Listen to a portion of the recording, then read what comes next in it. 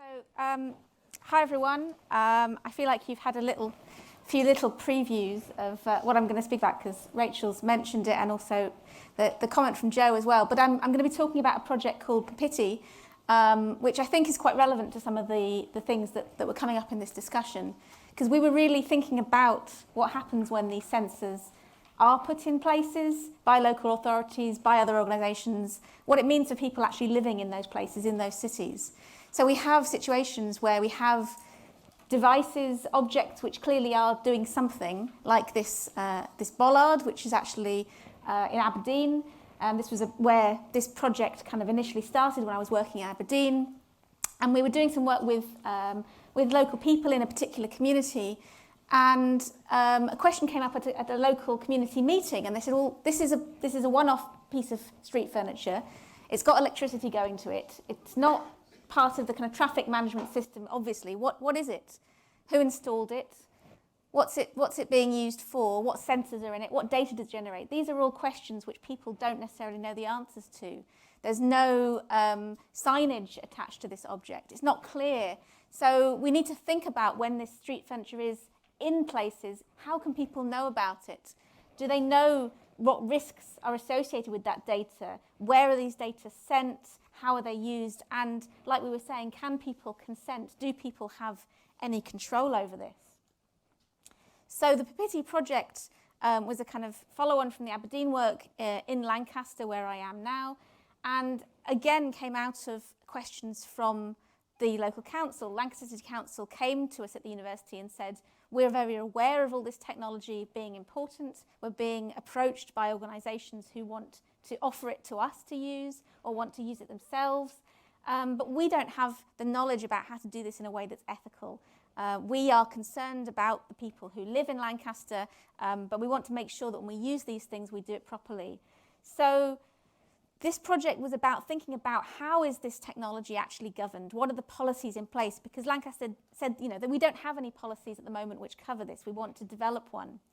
So thinking about questions like, who is impacted when these technologies are deployed in the public spaces? How do we make policy for these areas where technology is coming in very quickly, changing very rapidly? Policy making is traditionally quite a slow process. How can it keep up? And so our interest was, well, can design research approaches help with that and support policymakers in these complex areas with many different types of stakeholders, because design is quite good at bringing in lots of different people, thinking about the impacts on different stakeholders. And so overall, the aim was, how do we support the ethical use of IoT in public spaces? So the approach we took to this was actually to say, okay, we're going to actually go into the city. We're going to do some walking workshops. So we took people who work at the local council on a walk around Lancaster to look at all the sensors that are there. So we gave them a field guide, different stops to look at, and took a walk around different places. But crucially, some of the deployments we were looking at were real, things that exist already in the city, but some of them were not. Some of them were speculative design fictions that we had created to prompt discussion, prompt questions to say, okay, this could be something that's there in the future, but it's not yet. How do we feel about this? And that how do we feel is important, because we didn't kind of just give them a description to read or say what might happen. We said, okay, this is here. It's not real, but it's here in the space you're in. What does it make you think about? So, for example, one of our fictions was that we did replicate the bollard in Aberdeen, which is real. It's not real in Lancaster. And we went and discovered what it was. And what it actually is, something quite innocuous. It's sensing pedestrian and cyclist. It's a counter for how many people walk past, how many cyclists go by. But this wasn't clear to people in Aberdeen, and if this was in Lancaster, it wouldn't be clear to people there either. So we asked people, what do you think it is? What do you think it's collecting? Got some weird and wonderful answers, and then said, okay, we've said it's collecting traffic and cyclist data. Is that all right? Who do you think's using that data, and for what purposes? And so with these design fictions, we could really start to push the questions about how this is affecting people, what positive benefits this could bring to the city, but also what things people might be worried about. And All of them were things which were kind of relatively plausible technology. We didn't kind of go way off into science fiction, but some of them were pushing forward the use. So, for example, these walks happened during COVID. So we were having bus stations with signs on saying that there was monitoring going on for public health. We had some icons, some symbols, which maybe gave some information. It kind of indicated it connected to NHS databases. It showed that personal data was being collected. But we had a really good discussion about how people felt about this. And again, like the question was talking about earlier, is there the opportunity to consent? If you want to take a bus from that bus stop, do you have the option to not participate in this monitoring, and how do you feel about that? We also wanted to bring in other people with other expertise, so not necessarily just the people there, but also people who are experts in questions of cybersecurity, people from across PETRAS and other experts. And again, as I said, this was happening during COVID, kind of between the lockdowns. We couldn't get all these people to Lancaster to do our walking workshop. So we brought Lancaster online, and we created a digital version of the city centre using this platform called GatherTown, which allowed us to create the space and have people have their little avatars to walk around and experience the same walk. And the walking was important because it put people in that experience of being there and seeing these objects in situ. So we used that to do the same process, but with people who weren't physically in Lancaster. And that was a really interesting way to bring that out and contextualize it. And the reason that this project is quite important is because we do often see that there's these gaps in how guidelines and principles and best practice for IoT is communicated, particularly to local authorities. There are obviously national guidelines, smart city policies, but often local government doesn't necessarily have the resource or expertise to understand all the implications of these deployments. And there may not be good practice guidelines available for specific implementations. And often, the focus is purely on the wider legislation, things like GDPR, data protection. That doesn't really necessarily tell you about what about connected data sets. If you're measuring air quality, that's not personal data. What's the problem? But if that air quality data might impact house prices or how many people travel to particular locations and use businesses, there are implications of that being, sensitive for people. So just to kind of go quickly to the outcomes of what we did, one of the key things was we helped Lancaster develop a draft policy to think about these ethical governance of deployments, which we hope will now give them guidelines for when they are thinking about procurement for these devices, where to deploy them, or what happens if they are approached by people who want to put sensors in the city. And our research findings are about the kind of effective use of these kind of design methods, these kind of speculative design, thinking about the future, and the kind of embedded contextual walking methods, which we think are particularly useful. And there was comment before about, how do we think about things which might have further implications for people in the future, and pushing that kind of speculative future aspect is really useful for that. And then the two last things I'm going to just mention is we developed out of this project a digital tool for helping other councils, other organisations do this assessment like we did, discovering all these key questions. So this is the Trust Lens Toolkit. It's available to download on the website that's here, the QR code. And it's a tool which is based on a set of questions. These cards kind of guide you through. There's a variety of different formats it can be used in. And it is these kind of big questions of things like, where is the data being stored? Who's it being shared with? What's the purpose of the deployment? Will there be communication to people about what this is? What's the transparency of this deployment? Is there security risks that have been thought about in terms of how the data is transferred, but also things like physical security risks of the devices? Are people going to destroy or steal them? So we've had some reports already of people using this and finding it helpful, so that's very positive.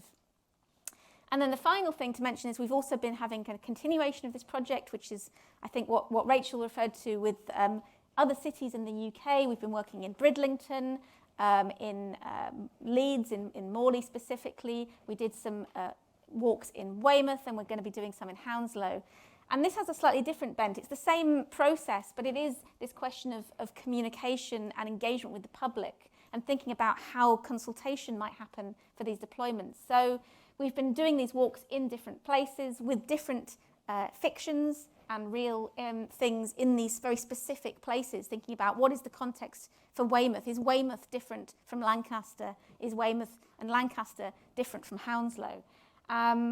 And it's been really interesting. You know, Joe was talking about some of the really interesting quotes and responses we've got from the public.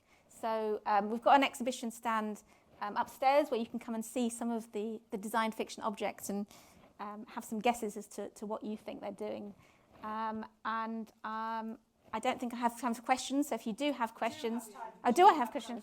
Okay. As usual, I've been very efficient and very quickly. So. Okay. Thank you very much, Naomi.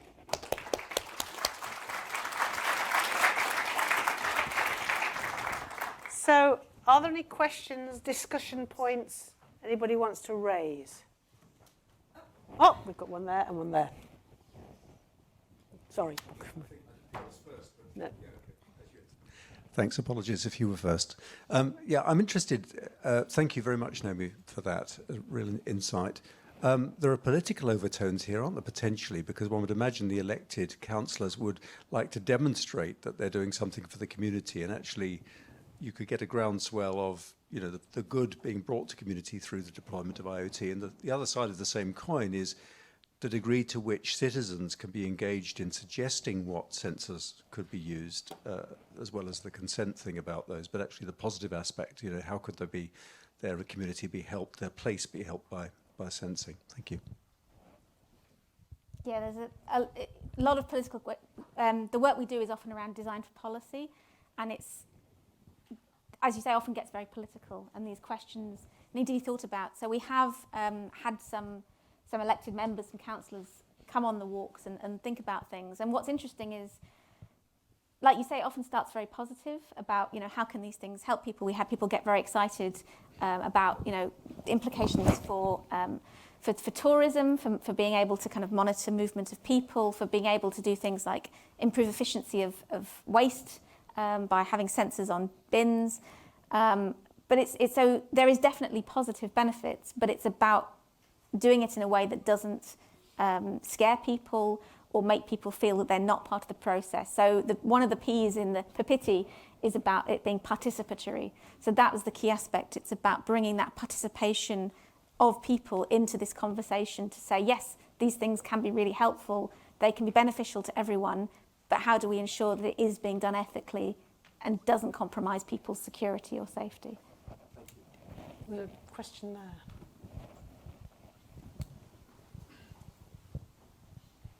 Thank you. I'm a roboticist, and I'm social robotics focused. And we're thinking, when I hear always data, and we use data for them to live, to exist, to understand the world, to embed themselves in our world. But these data can be used for many things, and then they're getting inside all the core of society, from delivery robots to autonomous car to drones to in care, or every species in every corner of the world is going to be covered by them. So how some of them, most of them, they are private companies oriented, and how do you mitigate now these use of sensors, and how do you, because they need the sensing data, and then they can use for anything else. So how do you force, or how do you regulate, how do you come about with robotics in your work? I think this is a fascinating question, actually, because we've all been talking about sensors and static things. But if you think about delivery robots, or, you know, robots in all sorts of different, if we're going to have sensors and things on posts, but also robots going around, can you imagine it? A city with, you know, drones and robots and things, delivery robots. This is the big challenge for policy making and regulation. And I don't think this government or many governments have really got their head around AI, robots, sensors, data, the whole thing. So the technologists and us, well, not us necessarily, but well, actually us, because we do speculative design and speculative fiction. We're getting all excited about the possibility of this. And we've got the whole of the sort of policymakers and placemakers trying to keep up with it, to understand the ethics of it. You know, I don't think, have you got an answer to this? Well, I was going to say, I was having a conversation with Liz just before we started about what this is why actually the speculative approaches are really useful, because there are these big complicated questions, and these robots are being developed. They're not quite here yet. Well, I mean, they're starting, but they're not embedded in our society yet. By the time they are, if we only discover what the issues are there about what's happening to this data and what's it all happening together, it's too late. What we need to do is think about these questions now and say, how can they be developed and regulated in a way that makes them still useful, that gives us this opportunity to have all these benefits, but says, okay, well, if you're going to do this, maybe the data they collect should be maintained only on the robot, not shared, so that there's not all these risks associated. And I was actually thinking about Nick and a project on Reappear. They've got one. Where is he? Where's Nick? They've got this thing that tells you the Amazon one. Explain it if you can. Oh God, my phone's ringing. You see, my phone's telling me to stop. Yeah. So it's a kind of mechanical counter that you can carry around with you, and it's listening out for nearby Amazon devices, so the devices that it can see around you, and looking at the MAC addresses and figuring out which ones are made by Amazon. So each time it sees an Amazon one, it clicks up by one, and you get this nice mechanical noise as it counts up. So it's kind of prompting people to reflect on who is making and running the devices that are around us, and this kind of invisible landscape around us as well. So intentionally quite, I suppose, provocative and making you think in different ways around. So this comes to the person and the corporate and their awareness of the corporateness of some of these devices. I don't know whether people care, but interestingly, this thinking about how you can make things appear or reappear, and in terms of, I mean, my daughter was in a restaurant in San Francisco and she had her food delivered by a robot. Do we care whether it's delivered by a robot or not? I mean, personally, I wouldn't want food on a trolley delivered by a robot. But and who's lost their job because the robot's doing it. But also it's saying, well, what did this person eat? And, and how many, and if I've got my phone there, it connects to my phone, and I've got my calorie counter on there. It's like an enormous sort of complex web that we haven't really got our head around in terms of ethics, privacy, and so on. And what we're doing is trying to find ways of doing that, I think. There was somebody else who wanted to say something. Sorry if I missed it. Is it on? I don't know. This one's on, I think. So I'm just loud. yeah, you just... I'm not sure if the camera can... Yeah, just shout. So ignoring the technology, thinking about the people, I mean, apologies if you covered this, but I ran out to the room thing, I apologise. Is there I think the phrase I'm looking for is a socio-economic weighting to caring about this sort of stuff? So I think it's really interesting, there's a bollard. People are worried what the bollard's doing. I don't know anyone who worry about what a bollard's doing. They'll probably assume it's connected and taking their data. But the laissez-faire attitude of some of my friends is amusing. Slightly weird. But is there a thing that says, you walk into parts of London and people are just like, yeah, it's fine. You walk into rural Wiltshire and people are like, oh, I just wondered what the human factors part of this is. Yeah. I'll go first, Naomi. Yeah. So I'm doing a piece of research, some consultancy with a company that's developing a whole new place, right? And they want it to be sustainable, and they want to do their X, Y, and Z. And there's a point at which you have to decide the value versus values. So what are your ethical values and your principles, and in terms of how much you're wishing to expend on putting this infrastructure in, and what value in terms of pounds you're going to get back. So there is another equation that will have to be made by everybody in terms of investment in these sort of infrastructures, the value in terms of pounds they're going to get out of it, but how it infringes our human values, and that is an ethical debate. So it's an interesting question. I don't know the answer to it, but I know that it's something that is useful to think about. So I will say that the initial bollard project in Aberdeen, that bollard was the work we were doing was in a particular area of the city where there was a lot of social deprivation. So the people there were sort of self-selected because they were ones who came to local council meetings and said, these are things we're worried about. Maybe other people in the city didn't care, probably a lot didn't. And in fact, on the walks that we did, we invited people who were interested in these issues. So again, self-selecting, but we had, a range of different people from a range of different backgrounds with a range of different approaches to this. And I think it's different for different people. So some people really don't care, and they say, yes, look, we're in a world of data, I'm getting stuff from it, why should I care? What does it matter what's in my street furniture? But other people do say, like the woman that Joe quoted, that I turn my phone off when I walk down the street so I don't get tracked. So I think it's interesting to actually think about all these different people on these different scales, because we really need to take everyone into account. Naomi, I think you answered part of my question. I was going to ask you, what is that thing on the slide, the first content slide? It was a bollard, you said. Yeah, so it was. So we actually used that when we did the fiction. The fiction was a version of that real thing. It's counting cyclists and pedestrians that go past. Right. So it's got an infrared beam and a one under the pavement. So for people like me who are not very attention paying to some of these things. Is there regulation, or is there a practice around marking these things rather than being stealthy smart by just being stealthy, like something like Intel Inside or something, to indicate to people that there's something here? As far as I know, there's no requirement for any signage. So that one in particular was interesting because some people in the council didn't know about it, so we had to do some digging to find it was the transport team, right. And it was the equivalent of people standing by the side of the road with a clicker and a clipboard. So they said, okay, rather than having someone do that to count the traffic, we're going to use this technology. So for them, it was equivalent. So there was no thought about, do we need to tell people? But even with the local authority. So one part of the local authority's got boards there, another one might be there collecting air quality data. They don't. And in Lancaster, we thought we'd made up a smart bin. And on the walk, someone went, oh no, that's real. There's the sensor under there. And other people, we've been working with council members who knew nothing about this.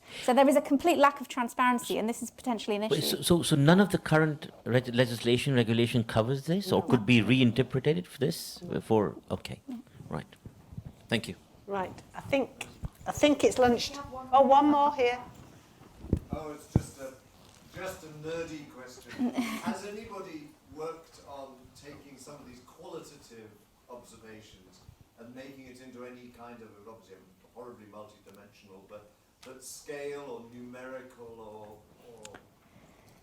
sort of what? Numbers of what? General level of creepiness. We need a creepiness scale in the city. We'll go into that. We'll apply for a research grant to do some creepiness.